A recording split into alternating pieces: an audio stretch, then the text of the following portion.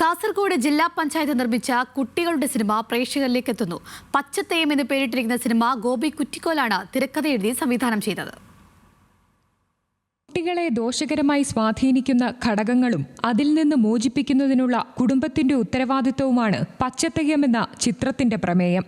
Mobile ഗെയിമുകൾക്ക് കുട്ടികൾ എങ്ങനെ അടിമപ്പെടുന്നുവെന്നും ഇതിനെ പഴയകാല കളികൾ കൊണ്ട് എങ്ങനെ പ്രതിരോധിക്കാമെന്നുമാണ് സിനിമയിൽ ചിത്രീകരിച്ചിരിക്കുന്നത്. നമ്മുടെ കുട്ടികളെല്ലാം ഗെയിമുകൾക്ക്, അതായത് മൊബൈൽ ഫോൺ ഉൾപ്പെടെയുള്ള അതിൽ വരുന്ന പലതരം ഗെയിമുകൾക്ക് അടിമപ്പെട്ടു പോകുന്ന കുട്ടികൾക്ക് നമ്മുടെ നാടൻ കളികൾ കൊണ്ട് ഗ്രാമീണരായ നിഷ്കളങ്കരായ കുട്ടികൾ തീർക്കുന്ന ഒരു പ്രതിരോധമാണ് ഈ സിനിമയുടെ മുഖ്യ പ്രമേയം. നന്മയിലേക്ക് തിരിച്ചു പിടിക്കുക, നന്മയുടെ പച്ചപ്പ് കാണിക്കുക എന്നുള്ള അർത്ഥം കൂടി ഇതിലേക്കാണ് ഈ സന്ദേശം നമ്മൾ കൈമാറുന്നു. ജില്ലാ പഞ്ചായത്തിന്റെ സൺഡേ തിയേറ്ററിന്റെ നേതൃത്വത്തിലാണ് കുട്ടികൾക്ക് അഭിനയ പാഠങ്ങൾ പകർന്നു നൽകിയത്. ഒപ്പം സിനിമയുടെ എല്ലാ മേഖലയെയും കുറിച്ച് പ്രാഥമിക ധാരണ അഭിനേതാക്കളായ എല്ലാ കുട്ടികൾക്കും നൽകാനുമായി 12 ലക്ഷം രൂപയാണ് ചിത്രത്തിന്റെ ബജറ്റ്. 2 ആഴ്ച കൊണ്ടാണ് ചിത്രീകരണം പൂർത്തിയാക്കിയത്. കാസർഗോഡിന്റെ കിഴക്കൻ പ്രദേശങ്ങളിലായിരുന്നു ചിത്രീകരണം.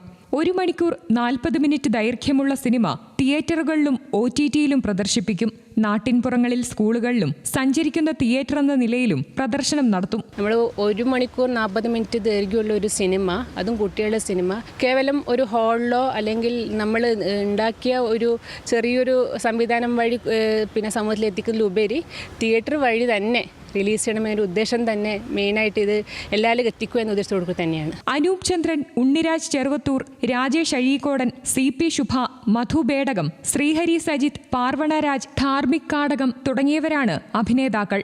കാഞ്ഞങ്ങാട് രാമചന്ദ്രനാണ് സംഗീതം. ന്യൂസ് മലയാളം, കാസർഗോഡ്.